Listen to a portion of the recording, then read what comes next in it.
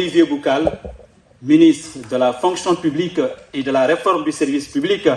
à venir prononcer son discours de clôture.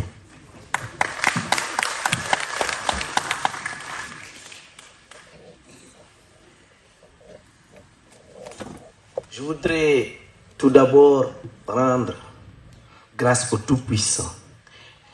qui nous a permis de nous réunir ce jour en ce haut lieu de mémoire, le musée des civilisations noires de Dakar. Un joyau architectural,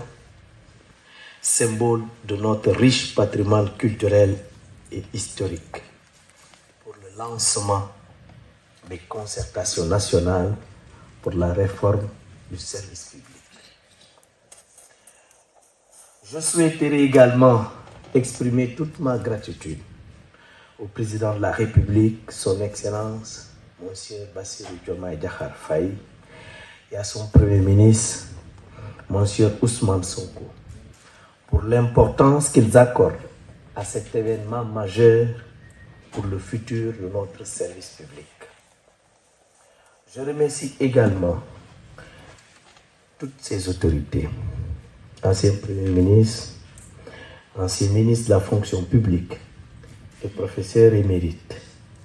les autorités administratives et tous les partenaires qui ont bien voulu rehausser de leur présence la présente cérémonie de lancement. Je profite enfin de cette occasion pour vous adresser mes meilleurs vœux de santé, de succès, de prospérité pour cette nouvelle année 2025. Mesdames, Messieurs, c'est avec un immense honneur et un grand plaisir que je m'adresse à vous pour procéder au lancement des concertations nationales pour la réforme du service public. Initiative majeure dans la dynamique de la transformation afin de faire de chaque citoyen un acteur décisif de la rupture et de la construction nationale. Mesdames et messieurs, comme vous le savez, l'administration publique sénégalaise souffre de beaucoup de maux liés à des facteurs divers et variés, clairement soulignés à travers une série de rapports et de documents relatifs aux performances des services de l'État et à la satisfaction de préoccupations des usagers. Les derniers constats dressés dans la partie diagnostic du référentiel Sénégal 2050, rappelés récemment par le chef de l'État à l'occasion de la conférence des administrateurs et managers publics, portent notamment sur le chevauchement des missions de certains services, les lenteurs dans l'exécution des procédures et les défauts de qualité des prestations offertes aux usagers. Mesdames, Messieurs, les faiblesses ci-dessus évoquées produisent des effets déplorables liés entre autres à l'inefficacité et à l'inefficience des services de l'administration et à la détérioration de la confiance de nos concitoyens vis-à-vis de l'administration, lesquels entravent fortement la réalisation des objectifs de développement socio-économique du pays et la construction d'un Sénégal souverain, juste et prospère. Compte tenu de ce qui précède, la réforme du service public n'est pas seulement une exigence de gouvernance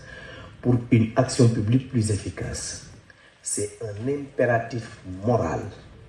en ce sens que l'administration doit répondre aux enjeux et défis multiformes de développement et aux attentes croissantes des usagers clients. Sous ce rapport, vous conviendrez avec moi de la nécessité et de l'urgence de donner corps aux orientations du chef de l'État en prenant les dispositions utiles pour repenser notre gouvernance et renouveler